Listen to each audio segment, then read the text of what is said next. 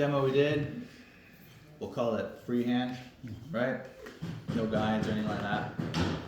Now, you can also very, very easily, and it's very, very common, despite what forums will tell you, to use a guide block when you're chiseling, or when you're sawing, or when you're doing anything like that. It's not cheating, so don't worry about it, okay? So step number one, if we want to get like a perpendicular surface here across for the joint there, and we then want to use a guide block to help guide our tool, we got to make sure that the block is the correct shape, right? So I've gone ahead and I've checked this little piece of hardwood here.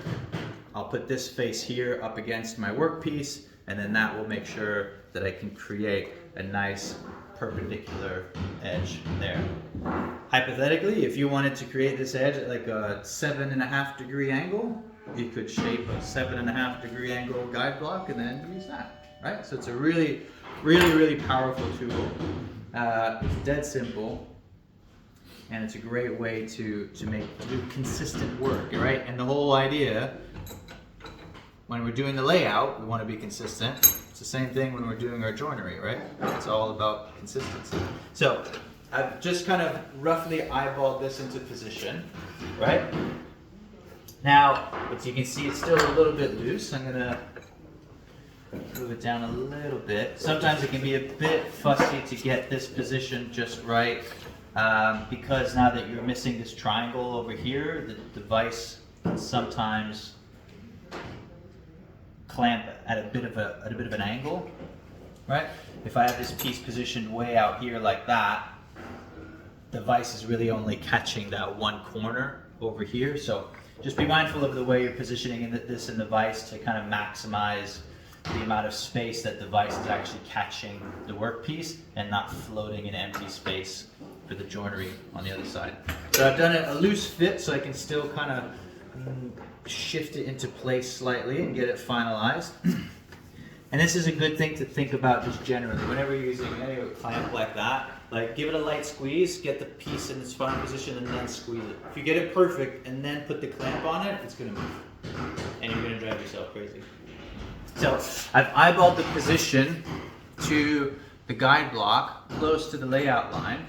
And then when I actually set the final position, I'll place my chisel in the knife line and then squeeze these two together.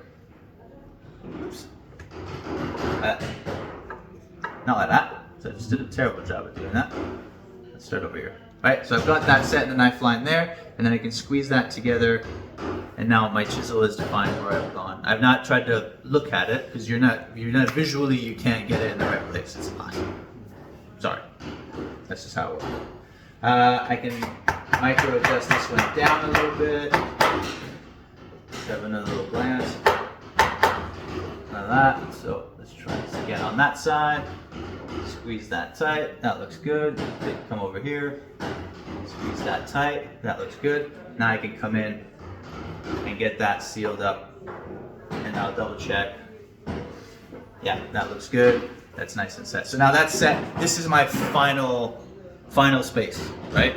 I'm not going to put this at every consecutive pass. You could if you wanted to, but it's a bit overkill.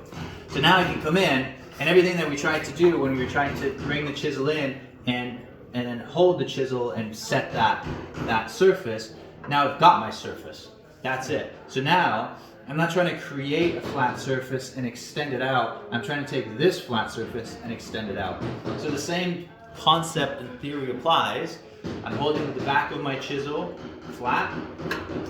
Then this, and the edge of my chisel is projecting this flat surface onto the workpiece that I'm trying to create a surface on, right? Obviously that worked quite well because I had a tiny little bit of chiseling to do because I had already chiseled some of it freehand close to the line. If you've got a chunk of material left, you can lever your chisel on the leading edge here and come down and take a small bite before actually coming down to the final level here, right? You still get the benefit of the control that this offers you, right? So I can come in, land that down, take a little bite, go down, take a little bite, go down a little bit, take another bite, and then press it firmly flat, and then take that final pass, right? And now I can work my way, I can do it either downwards systematically, or I can work my way across with my little bite, like that, and then go down again.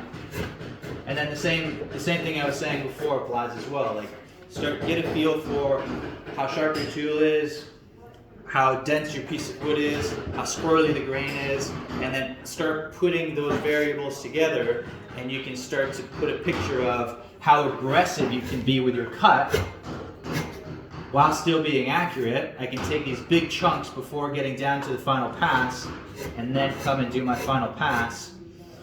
If it was much denser, if the wood was a lot trickier, then maybe I would have to take many light passes and work my way down to the final surface, instead of feeling comfortable that I can just really aggressively chunk off the material just to work efficiently, right? So that's the setup for that. You can do the exact same thing for the setup on the horizontal. No difference there. The key is make sure that whatever face you offer up to your workpiece is square.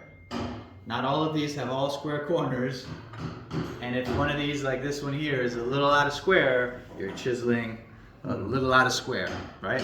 So that's that. Then the other thing too with this technique is you can be limited by your tool and your guide block. So this guide block happens to be quite thick, so I've got a fairly decent amount of distance to reach before I get to the inside corner. You'll see the Japanese chisel has a bit of a neck as it comes in to here. So this works quite well because by the time I get to the end here, I'm still well within the flat of the tool. If I had to go all the way to the other side, you can see that I'm going to start to rub the neck of the tool on the edge here, which will then start to tip the adjustment, tip like the surface.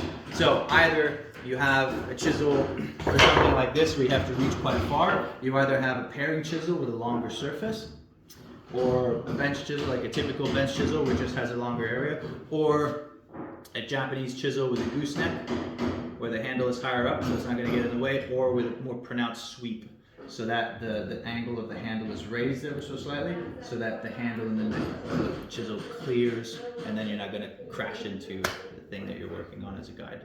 Sound good? That's good. So if you want, grab a guide block. Some of them have gone missing.